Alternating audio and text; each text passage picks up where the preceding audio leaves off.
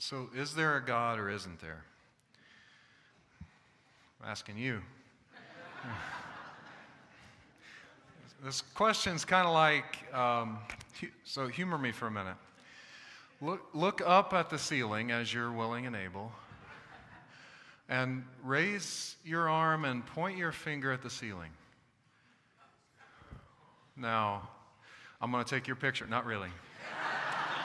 Now, take your finger and make it go clockwise. Is it going clockwise? Yeah.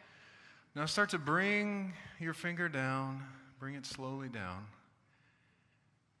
until finally you're looking down on your finger. Is it still going clockwise? It's not, is it? I'll be darned.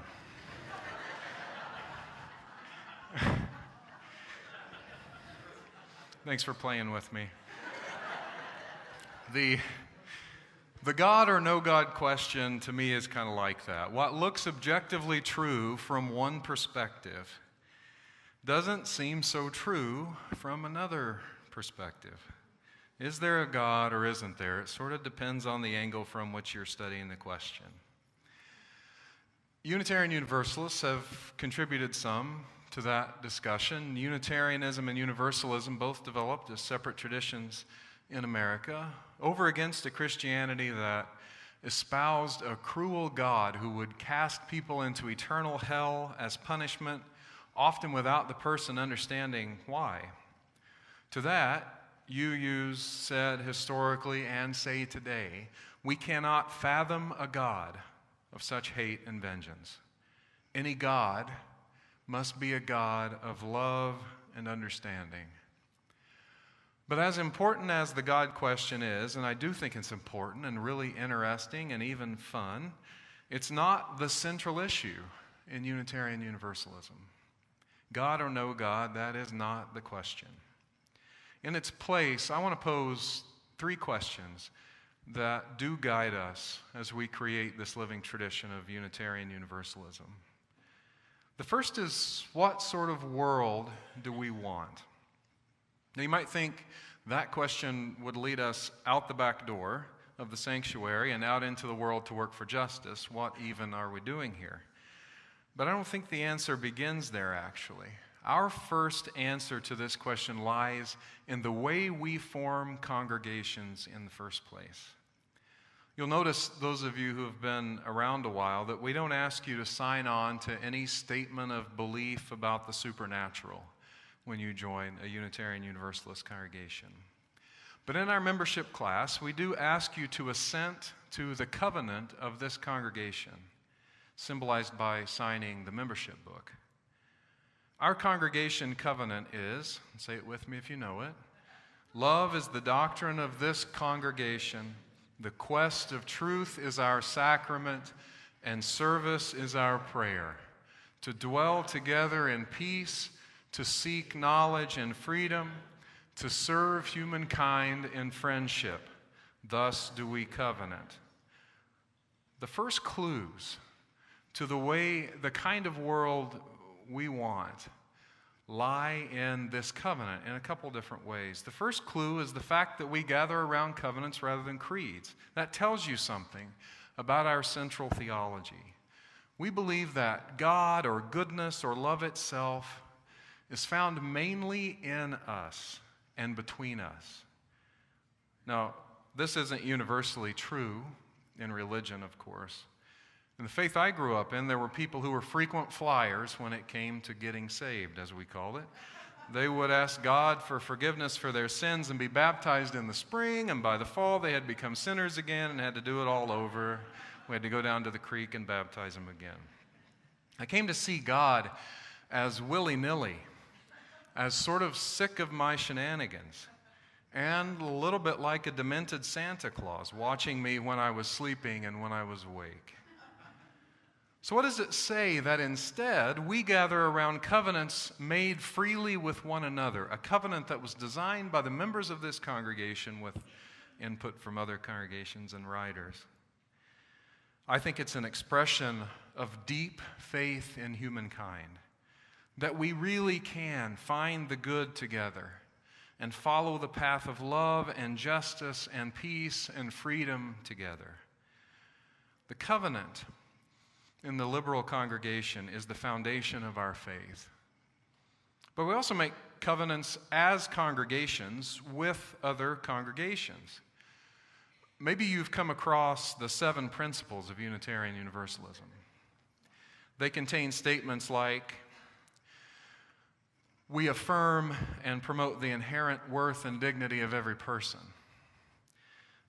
There's a part, though, that we usually leave off.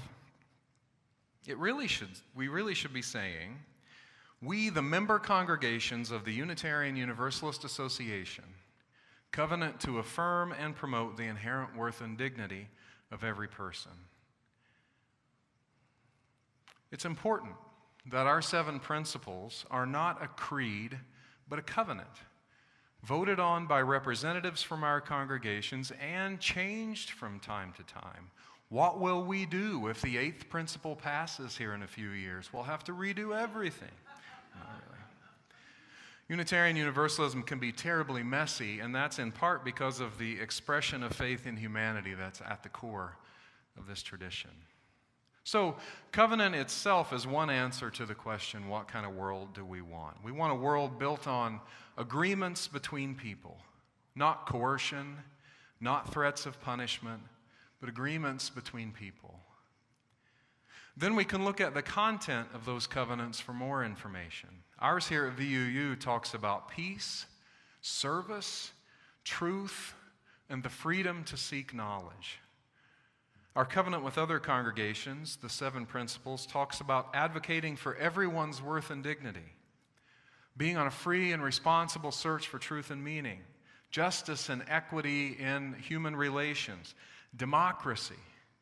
This is the kind of world we want. Free, just, equitable, interdependent, a world in which everyone gets a real say in what goes on, and in which sometimes we vote and move on.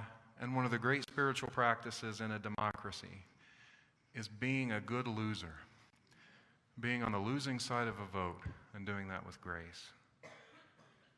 If that's the kind of world we want, then another question becomes really important. What then shall we do?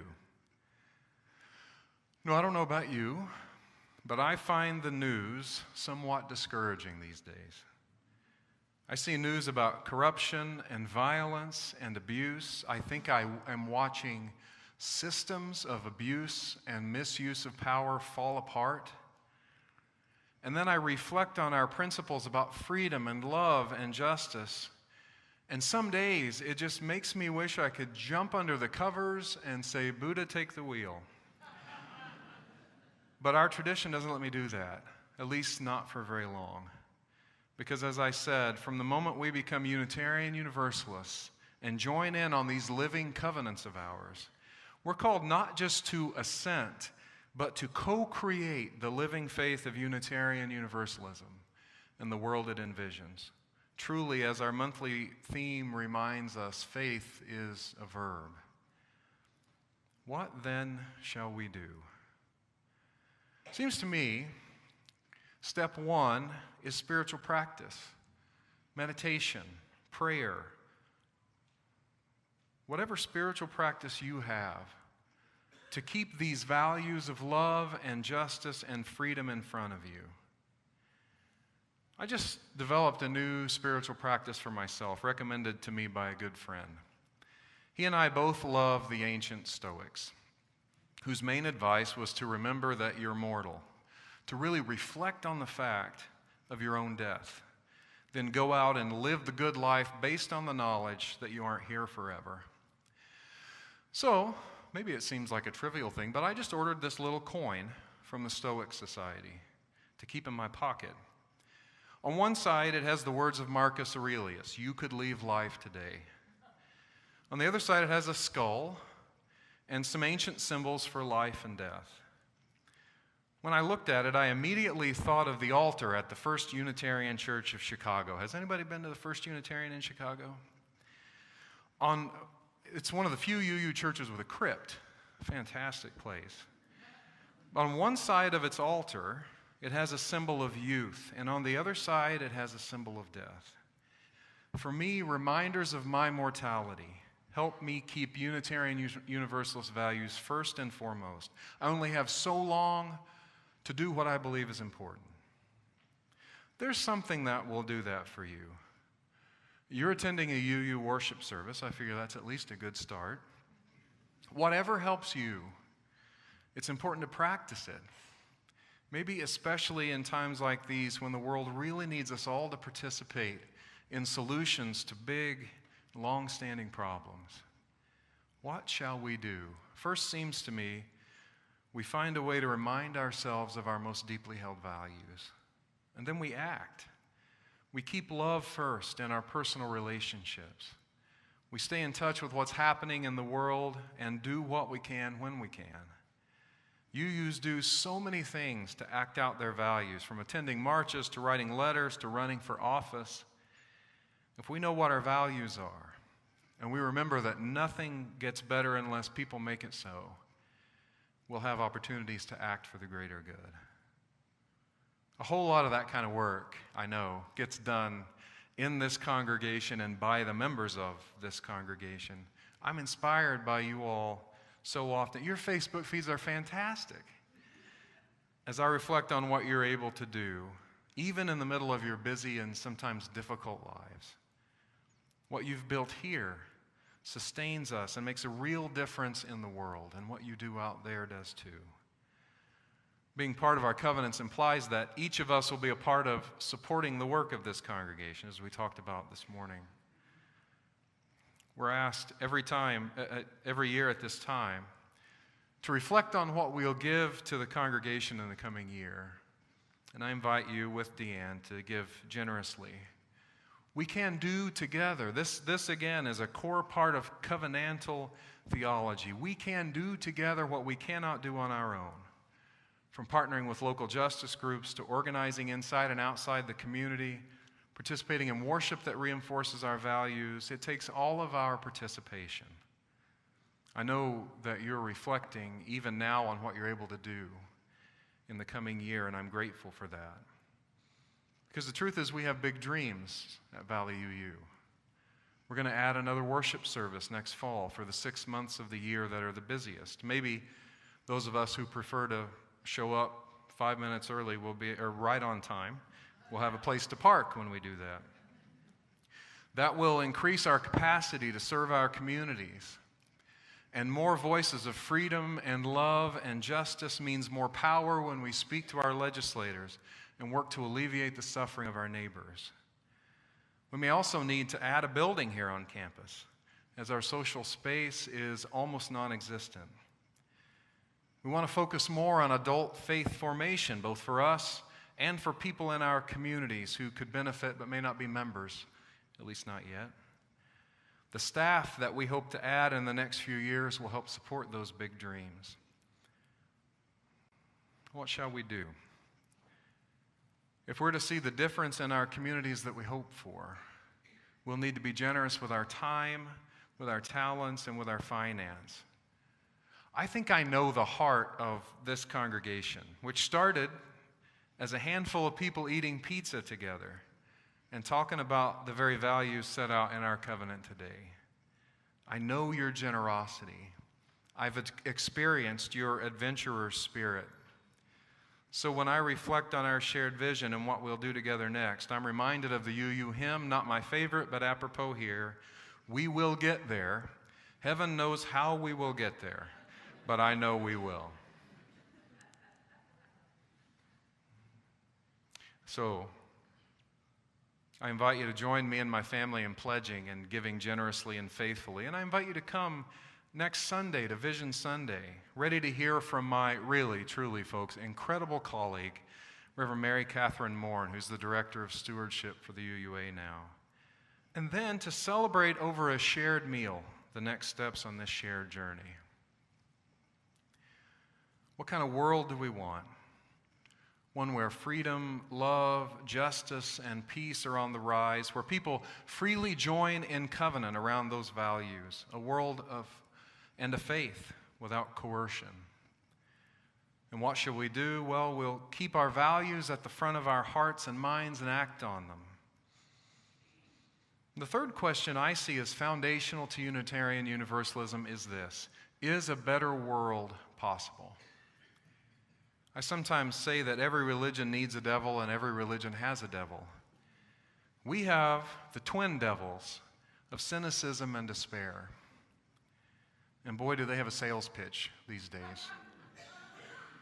Look how bad things are, after all, in American politics. Good grief, watch 10 minutes of the news. Cynicism lures us to give up and to save face by being cool about it, by acting like we're the only ones who know the truth, so we might as well just give up. What a deal that is. As I've said to you before, cynicism is just despair, smoking a cigarette and wearing a beret. In contrast, Unitarian theologian James Luther Adams wrote in his reflection on the 5 central tenets of liberal theology, liberal religion holds that the resources, both divine and human, that are available for the achievement of meaningful change justify an attitude of ultimate optimism. In other words, theology like ours is built on hope. Not a fluffy head in the clouds, boy, I hope it gets better hope, but a hope that is a tenacious commitment to bringing into reality the world we dream about. Friends, the way is not always clear. 5-year plans never look the same in year 5. And certainly our perspectives are varied and, like the concept of clockwise, look different depending on where we're sitting.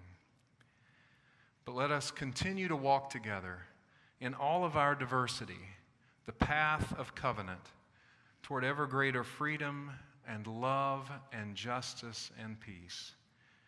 It is one of the great joys of my life to be walking it with you. Amen.